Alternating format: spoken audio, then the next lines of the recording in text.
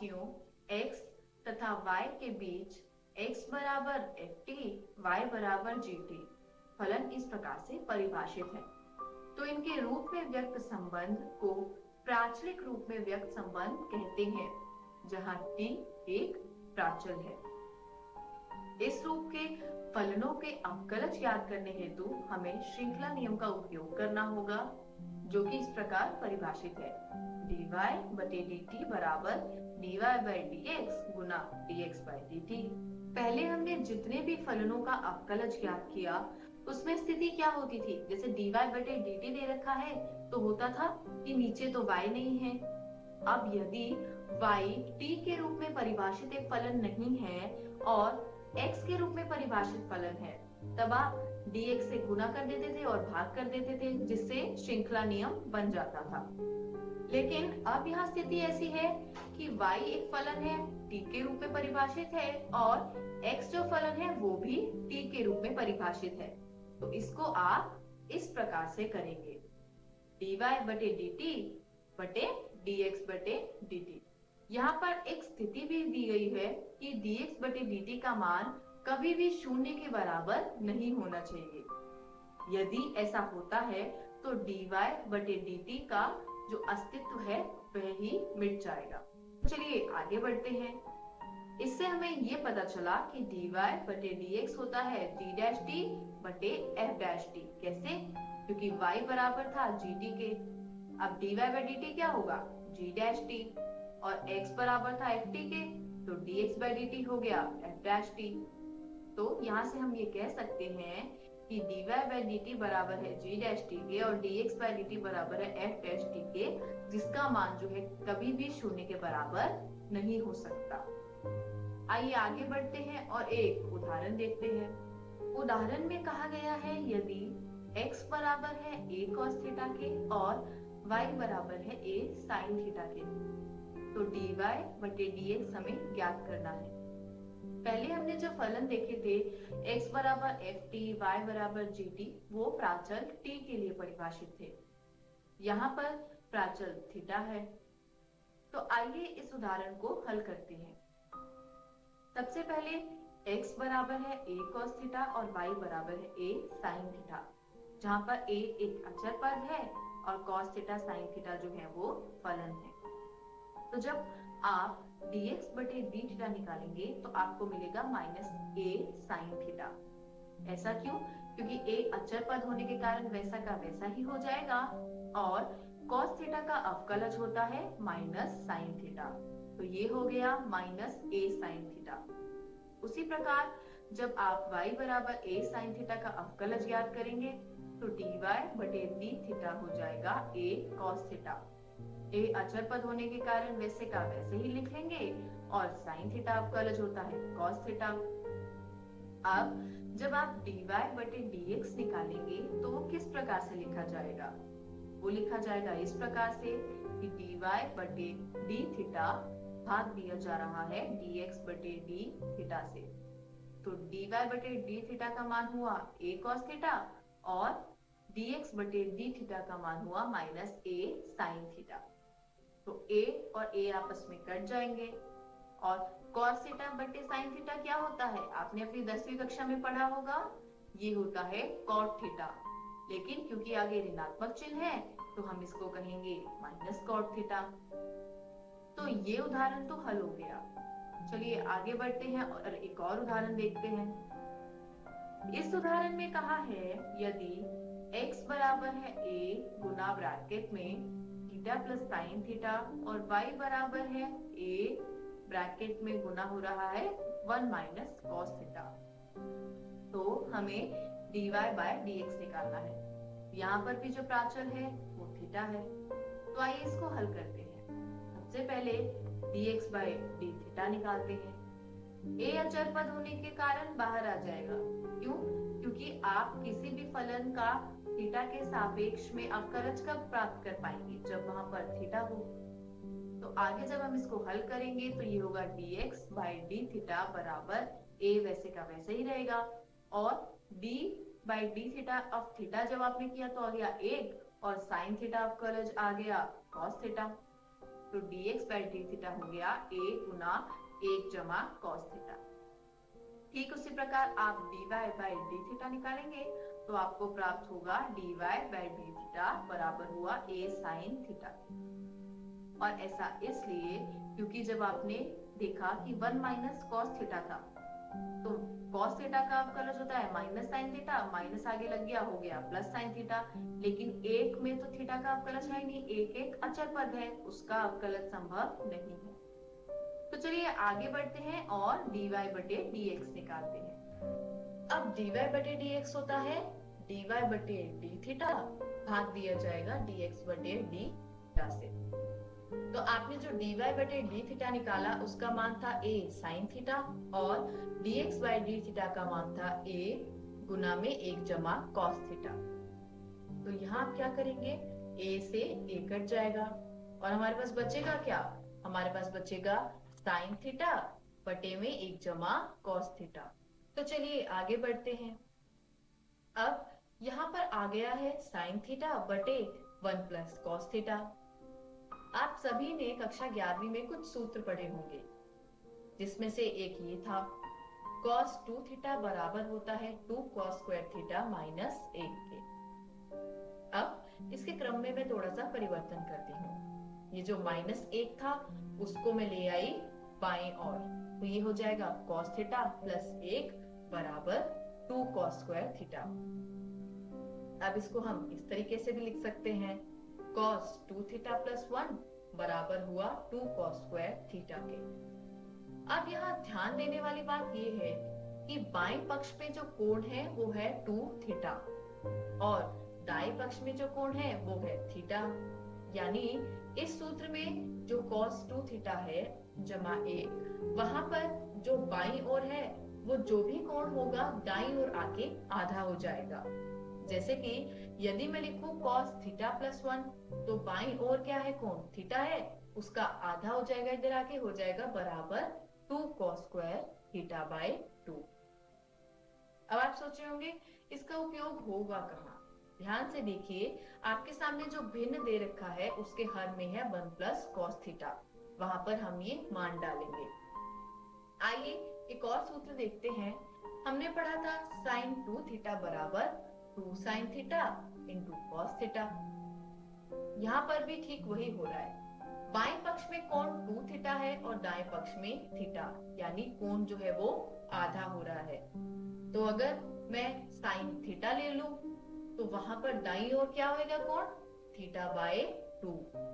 अब हम क्या करेंगे, ये जो दोनों मान हमने निकाले हैं इसको अपने भिन्न में डालेंगे। sin थीटा की जगह हो जाएगा 2 sin theta by 2 into cos theta by 2 और नीचे लिखेंगे 2 cos स्क्वायर थीटा बाय 2, जिसको यदि मैं थोड़ा सा खोल के लिखूं तो ऊपर आएगा 2 sin theta by 2 Guna cos theta by 2 और नीचे आएगा 2 cos theta by 2 Guna cos theta by 2। कुछ नहीं किया, बस cos स्क्वायर थीटा बाय 2 को खोल दिया है। अब ये cos थीटा से cos थीटा बाय 2 कट जाएगा और 2 से 2 कट जाएगा, तो हमको मिलेगा tan थीटा बाय 2। क्यों? क्योंकि sin थीटा बाय 2 को जब भाग दिया जाएगा cos थीटा बाय 2 से तो ये हो जाता है tan थीटा बाय 2। मान लीजिए y बराबर fx एक फलन है, तो जब इसका अवकलज ज्ञात करते हैं dy बटे dx तो वो होता है f डैश x। लेकिन तब क्या होगा जब f डैश x भी अवकलनीय हो, तब d बटे dx निकाला जाएगा dy बटे dx का, जो कि कहलाएगा द्वितीय कोटि का अवकलज। यानी ये जो d बटे dx dy बटे dx का निकालेंगे आप, इसको आप लिखेंगे d स्क्वायर y बटे dx स्क्वायर के, जो कि बराबर होगा f डबल डैश x के, जिसको हम कहते हैं द्वितीय कोटि का अवकलज। तो किसी फलन का जब आप एक बार अवकलन करते हैं तो f के ऊपर डैश लगाते हैं, और यदि आप उसका 2 बार अवकलन करेंगे तो 2 डैश आते हैं, यानी f डबल डैश x। अब चलिए आगे बढ़ते हैं और एक उदाहरण देखते हैं।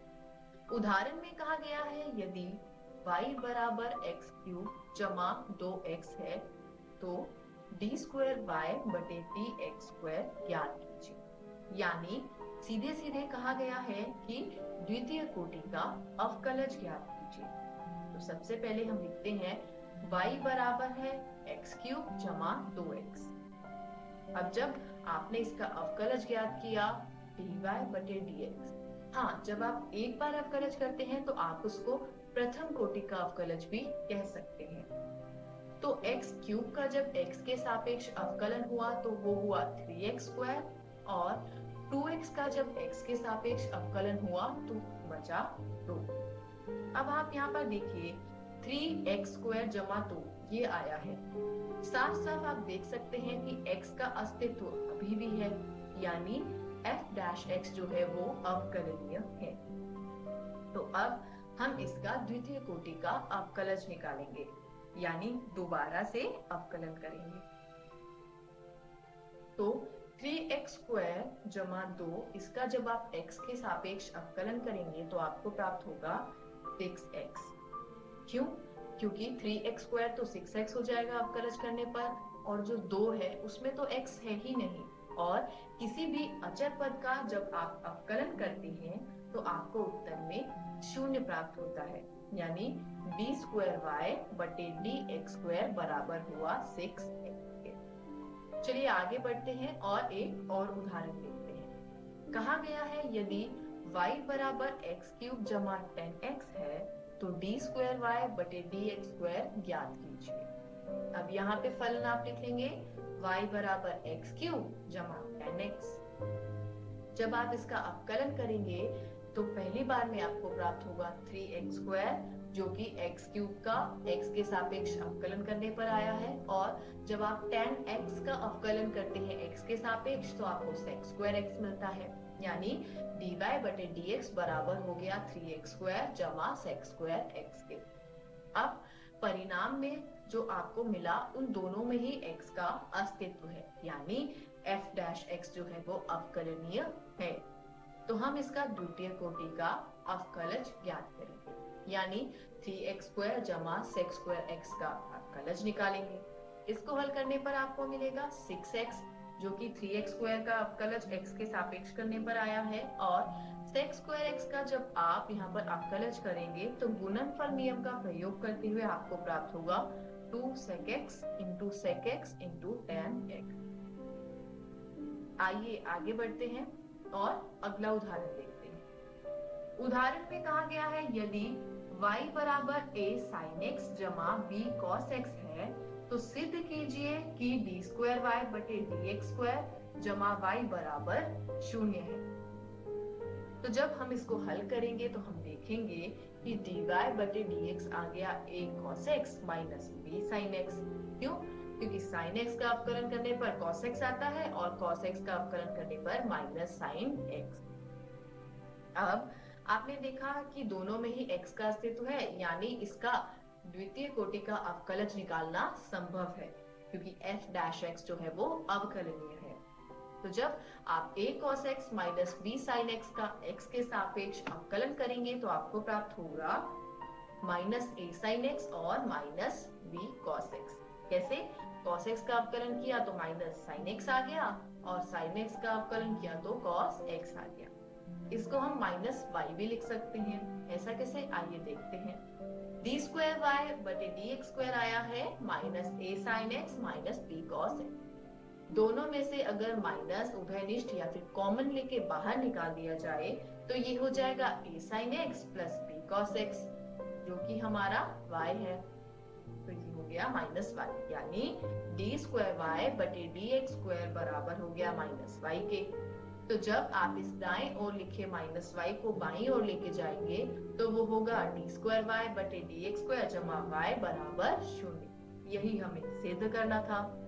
तो ये उदाहरण हमारा यहीं समाप्त हुआ। और देखते हैं सबसे पहले एक परिभाषा। रॉल्स थ्योरम कहती है, मान लीजिए कि f एक फलन है जो समवृत्त अंतराल ab से r में परिभाषित है। समवृत्त अंतराल होता क्या है? समवृत्त अंतराल एक ऐसा अंतराल है, जैसा कि आप देख सकते हैं, इसको चौकोर ब्रैकेट से दर्शाया जाता है, और इसका मतलब होता है कि इस अंतराल में a भी आएगा, b भी आएगा और उसके बीच की सभी संख्याएं आएंगी। और कहा गया है कि ये फलन f समवृत्त अंतराल AB में संतत है तथा विपरीत अंतराल a, b में अवकलनीय है। विपरीत अंतराल क्या होता है? देखने में तो समवृत्त अंतराल जैसा ही लग रहा है, बस फर्क इतना है कि इसका जो ब्रैकेट है वो गोल है, लेकिन ऐसा नहीं है। इसमें फर्क ये होता है कि विपरीत अंतराल ए बी में ना तो a आता है और ना b आता है, बल्कि इसके बीच की सभी संख्याएं आती हैं। फलन विपरीत अंतराल ए बी में अवकलनीय है और साथ में कहा गया है fa बराबर है fb के, जहां a और b कोई वास्तविक संख्याएं हैं।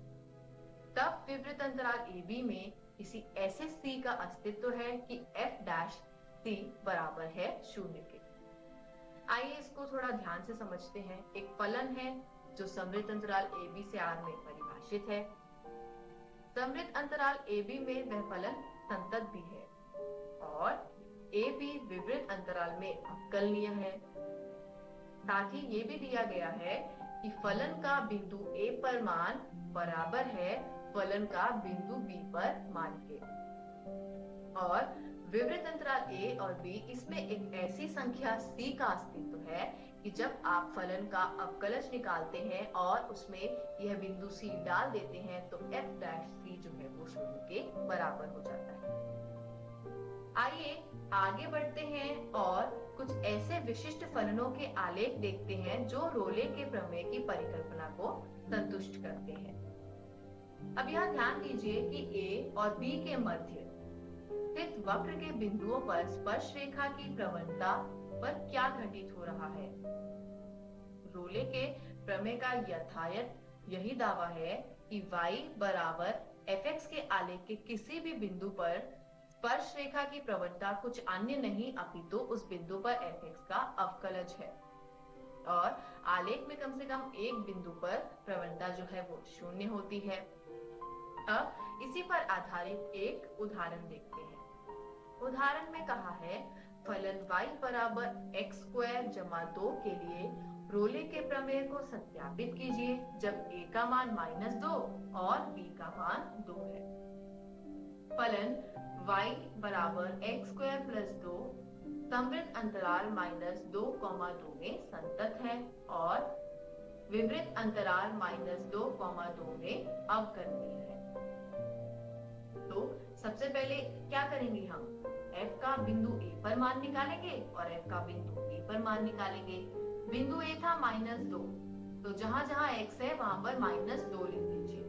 तो -2 का वर्ग जमा 2 क्या होगा, 4 जमा 2 6। और जब आप फलन का मान निकालेंगे बिंदु b पर तो ठीक वही करना है, जहां जहां x था वहां वहां आप 2 डाल देंगे। तो f 2 पर आएगा 2 का वर्ग जमा 2 यानी 2 का square plus 2, 4 plus 2 is equal to 6।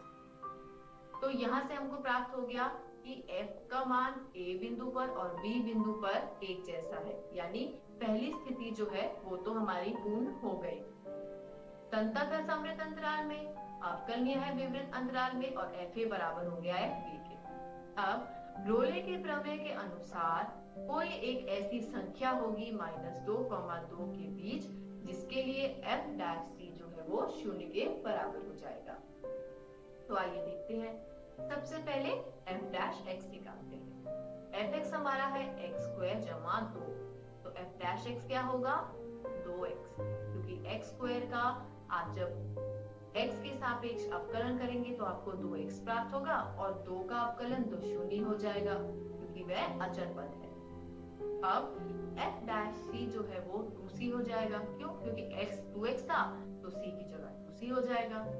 आप इसको 0 के बराबर रखेंगे तो c का मान आपको 0 के बराबर प्राप्त होगा, और 0 जो है वो -2 और 2 के बीच में आता है, यानी विपरीत अंतराल -2 और 2 के बीच में एक संख्या 0 ऐसी है जो f डैश c को 0 बनाती है, यानी रोले का प्रमेय जो है वो यहाँ सत्यापित होता है।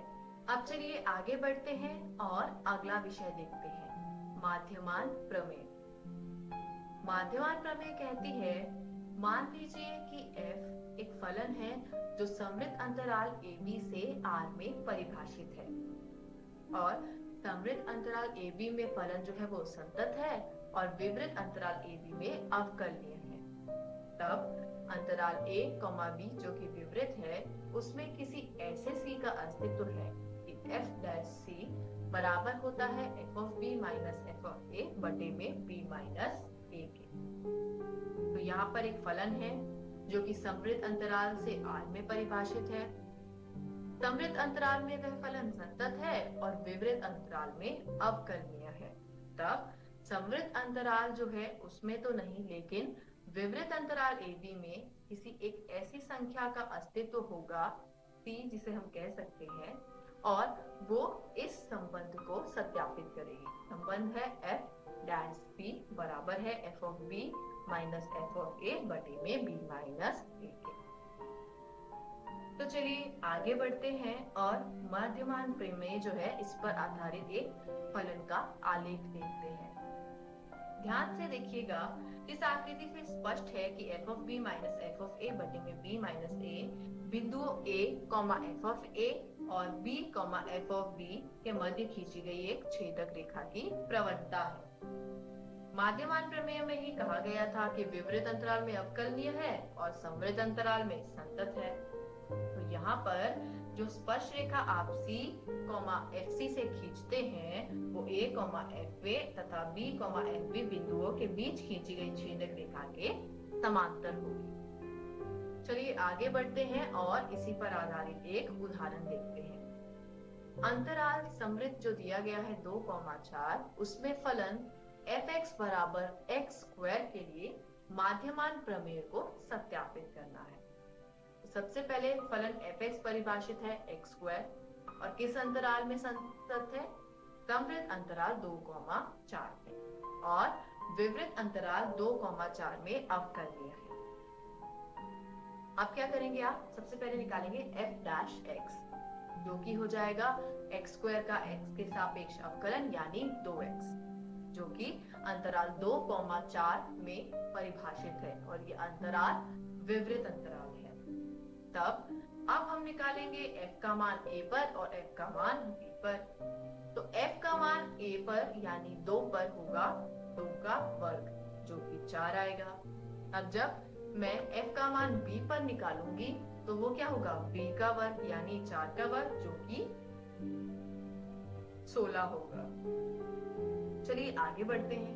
f का मान a पर प्राप्त हुआ 4 और f का मान b पर हुआ 16।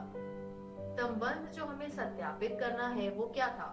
f' बराबर था f(b - f(a) बटे में b - a के। अब f' था 2x तो f' हो जाएगा 2c और f(b) की जगह आप लिखेंगे f(4) माइनस f(a) की जगह लिखेंगे f(t) और b - a की जगह 4 - 2। कुछ नहीं किया है, a और b का जो मान है वो उनके स्थान पर रख दिया है। f(4) आया था 16 माइनस f(2) आया था 4, तो 16 - 4 और नीचे है 4 - 2, तो 16 - 4 होगा 12 और 4 में से 2 गया बचा 2। जब आप 12 को 2 से भाग देंगे तो आपको क्या प्राप्त होगा? आपको प्राप्त होगा 6। अब माध्यमान प्रमेय के अनुसार f' जो कि 6 है वो बराबर हो गया किसके? 2c के। तो जब आपने ऐसा निकाला तो 2c बराबर हुआ 6 के और c बराबर हो गया 3 के। अब 3 जो है वो 2 और 4 के बीच की ही एक संख्या है, तो हम ये कह सकते हैं कि एक ऐसी संख्या 2 और 4 के बीच में आती है जो कि माध्यमान प्रमेय के संबंध को सत्यापित करती है। यानी जो फलन x² था वो माध्यमान प्रमेय को समवृत्त अंतराल 2, 4 पे और विवृत अंतराल 2, 4 पे सत्यापित करता है। आशा करती हूँ आज का पाठ आपको समझ आया होगा। घर जाइए प्रश्नावली 5.8 में दिए गए जितने प्रश्न हैं उनका निरंतर अभ्यास कीजिए। इन दोनों ही प्रकार में से एक न एक प्रकार का प्रश्न आपकी परीक्षा में अवश्य आएगा।